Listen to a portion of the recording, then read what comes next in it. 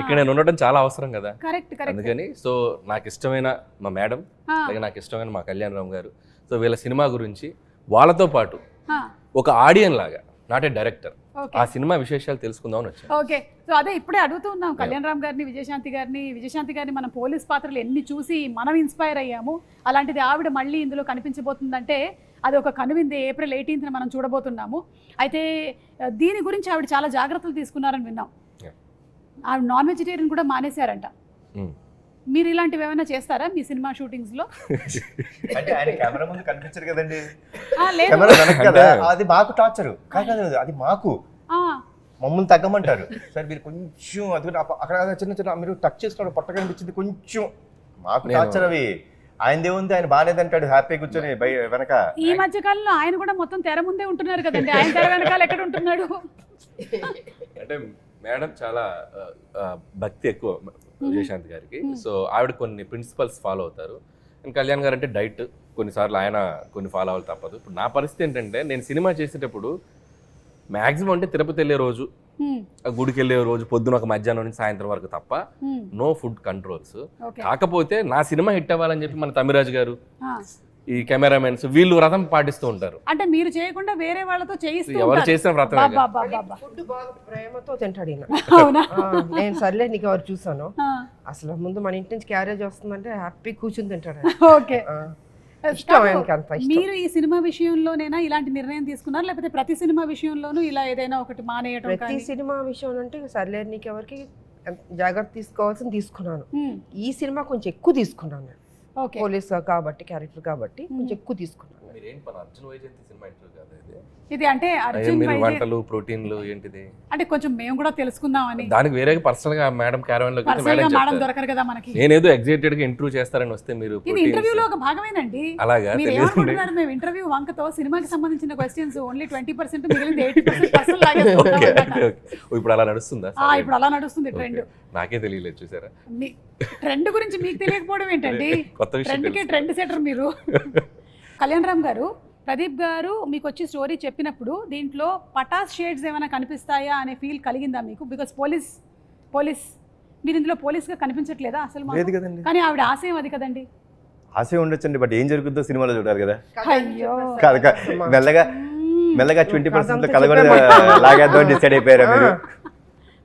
కాదు అనిల్ గారు, మీకేమైనా ఈ కథ గురించి కొన్ని డీటెయిల్స్? అసలు తెలియదు, నేను జస్ట్ ఒక ట్రైలర్ చూశాను అంతే. ఓకే, సో అది కూడా ఇందాక కళ్యాణ్ గారు వ్యాన్లో చూపించారు. నాకు ట్రైలర్ చూసాక అర్థమైందంటే, అంటే నేను విజయశాంతి గారు అంటే నేను కర్తవ్యం అనే సినిమా 90 అనుకుంటా కదా, 1990లో. సో అప్పుడు నేను 6th క్లాస్ చదువుతున్నాను, 7th క్లాస్ చదువుతున్నాను.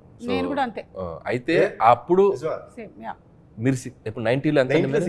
నేను 6.5 క్లాస్ చదువుతున్నాను. నేను హాఫ్ ఇయర్ అయిపోయింది, మొత్తం కట్ అయిపోయింది నాకు, నరం కట్ అయిపోయింది. సరే ఓకే. సో నేను ఆ సినిమాకి నాకు గుర్తు, సో ఆవిడ అంటే ఒక హీరోయిన్, ఒక పోలీస్ ఆఫీసర్గా ఒక యాక్షన్ ఫైట్లు చేసి, అది ట్రెండ్ సెట్టింగ్ ఫిల్మ్. అప్పుడు ఒక కిరణ్ బేడి గారు అని ఒక పవర్ఫుల్ లేడీ ఆఫీసర్ ఉంటారని మనకు తెలుసు, వార్తలో చూసాం. బట్ విజయశాంతి గారు ఆ పాత్ర చేశాక ఒక నిజంగా ఒక ఉమెన్ సెంట్రిక్ ఫిల్మ్స్కి దట్ ఈస్ ద ఫస్ట్. అంటే అంతకుముందు ఆవిడ ప్రతిఘటన అవి చేసినప్పటికీ ఫుల్ లెంత్ యాక్షన్ చేసిన ఫిల్మ్ అది. ఒక ఎక్స్ట్రా చైర్ చేస్తారు కదా హౌస్ఫుల్ అయ్యాక, ఇనప కుర్చీలు ఉండేవి. నేను ఆ ఇనప కుర్చీలు వేస్తే ఒక ఇద్దరు ఇరుక్కొని కూర్చొని చూసాం ఆ ఫిల్మ్. నేను అసలు ప్యాక్ట్. అంటే అప్పుడున్న లీడింగ్ స్టార్స్కి ఎలాంటి ఓపెనింగ్స్ వస్తాయో అంతే ఈక్వల్ ఓపెనింగ్స్ వచ్చిన ఫిల్మ్ అది కర్తవ్యం. సో మైండ్ బ్లోయింగ్, అందరూ షాక్ అయిపోయి ఆ సినిమా ఎంత పెద్ద హిట్ అయిందో మనకు తెలుసు. నేను ట్రైలర్ చూశాక ఒక షాట్లో మళ్ళీ ఆవిడ యూనిఫామ్లో వెపన్ ఇలా పట్టుకుని ఏదో ఫైట్ చేసి షాక్ అయిపోయాను నేను. సో ఆల్మోస్ట్ మళ్ళీ ఆ వైబ్స్ వచ్చినాయి. సో అదే అంటున్నాను కదా, మేడం అంత జాగ్రత్తలు తీసుకొని మళ్ళీ యూనిఫామ్ వేస్తే మళ్ళీ చూసిన వాళ్ళు అంటే ఇప్పుడు ఈ యూనిఫామ్ ఇవి వేసి చేయగలరా అనే డౌట్ రాకుండా మళ్ళీ తను ఫిట్గా మార్చుకొని చేసిన నిజంగా డిసిప్లిన్కి హ్యాట్స్ ఆఫ్. మేము నిజంగా నేను షాక్ అయిపోయాను 2-3 షార్ట్స్. ఇంకా కళ్యాణ్ గారు, సో నేను పటాస్ వర్క్ చేశాను ఆయనతోటి. సో మీరు అన్నట్టు నాకు డౌట్ ఉంది, ఆయన పోలీసా కాదా, యూనిఫామ్ ఎందుకు వేశారు, యూనిఫామ్ ఎందుకు వేయలేదు, అదే తెలియట్లా. సో ఆ కన్ఫ్యూజన్ అయితే ఉంది, కథ అర్థం కాలేదు. బట్ త్రూ అవుట్ ఒక ఇంటెన్స్ ఉంది. ఇద్దరి పాత్రల్లో ఒక తల్లిగా విజయశాంతి గారు, కొడుగ్గా కళ్యాణ్ రామ్ గారు, ఇద్దరి మధ్య ఉన్న క్లాష్ ఏంటి, ఇద్దరి మధ్య ఉన్న అనుబంధం ఏంటి, సో ఒకరి కోసం ఒకళ్ళు అనేది ఆ ఇద్దరి పాత్రల తాలూకు ఇంటెన్స్ అయితే త్రూ అవుట్ ట్రైలర్లో మెయింటైన్ అయింది. Very excited to watch. April 18 cinema. నేనైతే ఆయన ఆల్మోస్ట్ అన్ని సినిమాలు చూస్తాను నేను. ఇది నేను చాలా ఎగ్జైటెడ్గా ఉన్నాను, నాకు అనిపించింది ట్రైలర్ చూశాక. సూపర్ అండి. ఈ సినిమాలో ఆ మదర్ కి బర్త్డే కేక్ తినిపించడం అనేటువంటి ఆ సీక్వెన్స్ ఉంది చూసారా, ఇది రియల్ లైఫ్ లో మీరు ఎప్పుడైనా చేశారా? రియల్ లైఫ్లో అంటే నాకు ఆల్మోస్ట్ నాకు 11 years వచ్చేంత వరకు 11-12 years వచ్చేంత వరకు మా అమ్మగారికి పుట్టినరోజు తెలియదండి నాకు నిజంగా. అంటే ఆవిడకి తెలియదు. ఓకే. అంటే అప్పట్లో ఆవిడకి డేట్ అది తెలియదు. డేట్ ఏం తెలియదు, జాన్లో పుట్టాను అనే ఒక ఇది అసలు ఆవిడకి తెలియదు. సో ఒక చిన్న యాంగ్జైటీ అన్నమాట. అదేంటి, నాకు బర్త్డే అంటే చాలా ఇష్టం అండి.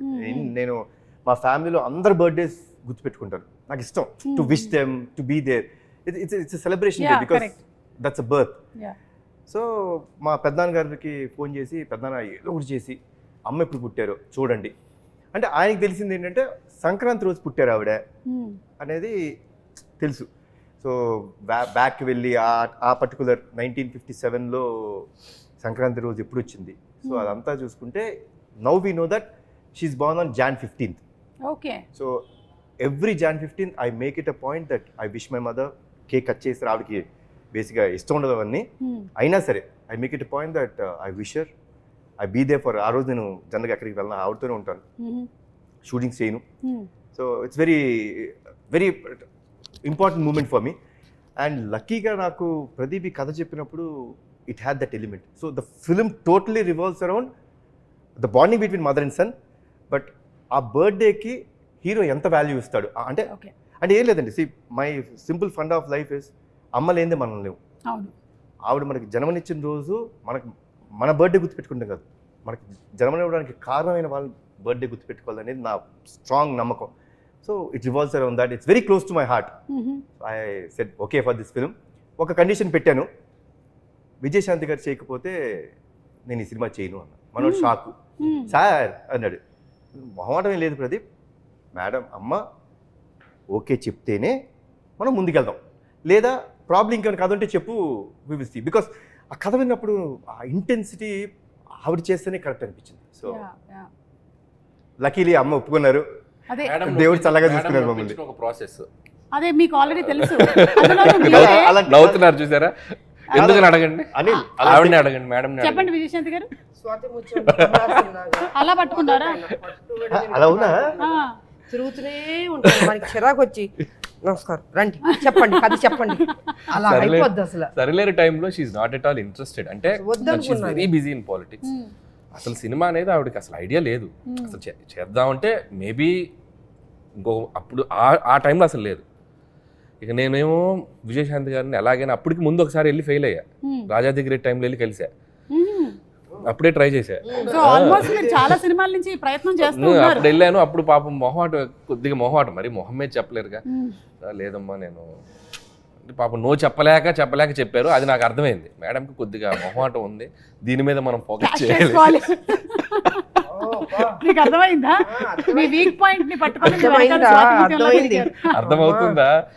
సో ఇక సరిలేరు టైంలో వెళ్ళి అంటే శ్రీనివాస్ గారు ఉన్నారు, అంటే they both have script judgement బాగుంటుంది. విజయశాంతి గారిదైనా శ్రీనివాస్ గారిదైనా. శ్రీనివాస్ గారు అంటే మన హస్బెండ్. సో సార్ది కూడా పర్ఫెక్ట్ జడ్జిమెంట్. అంటే కమర్షియల్ కథ అయినా ఏ కథ అయినా మనం జస్ట్ కథ అంతా చెప్పాల్సిన పనిలే, జస్ట్ ఒక ఐడియా చెప్తే చాలు, ఇది వర్క్ అవుతుందా లేదని వాళ్ళు చెప్పేయగలరు. సో నాకు తెలిసి ప్రదీప్ గారికి ఎలాంటి ఎక్స్పీరియన్స్ ఉందో అమ్మ మీరే చెప్పాలి. అదే అంటే ఆయన కూడా స్వాతి ముత్యం లాగానే వచ్చి మళ్ళీ కథ వినిపించి. అసలు ఆయన ఏమైనా అనిల్ గారి దగ్గర ట్రైనింగ్ తీసుకుని డౌట్ గా ఉంది, వీళ్ళేదో మాట్లాడుకుని ఉంటారు. నేను ఇలా పడ్డాను నువ్వు కూడా అలా పడు, నా ఫ్రెండ్ ఒప్పుకుంటుందేమో అని చెప్పుంటారు. అది కాదు మనోడికి డెడ్ లైన్ కదా, నేను చేయనండి ఆ సినిమా. అమ్మో ఇంక ఈయన చేయనంటే ఆవిడ ఒప్పుకోకపోతే ఈయన చేయనంటాడు. చెప్పాడు మీరు చేయకపోతే బాబు చేయనన్నారు. అమ్మా నా లైఫ్ పోతుంది, దయచేసి ఎలాగని ఒప్పుకోండి. పెద్ద మెడిసిన్, చాలా పెద్ద విషయం. కళ్యాణ్ రామ్ గారు, అర్జున్ క్యారెక్టర్ కి కళ్యాణ్ రామ్ గారికి డిఫరెన్సెస్ కానీ లేకపోతే సిమిలారిటీస్ కానీ ఏమైనా ఉన్నాయా? ఫైట్లో ఒకటి నేను బైట్ చేయనండి, ఎవరిని కొట్టలేదు ఇప్పుడు దాకా. అది మినహాయిస్తే అమ్మ పట్ల అంటే నేను అమ్మగారికి ఇచ్చే గౌరవం కానీ, ఆవిడ్ని నేను ఎంత బాగా అంటే షీఈ్ ఎవ్రీథింగ్ ఫర్ మీ అండి. Like my mother is everything for me. Like if my mom wouldn't have been there, probably today my character which is being talked or which is being told is not there. So that is very similar, and it's exactly in what Arjun character is in this film. బయట కూడా చాలా discipline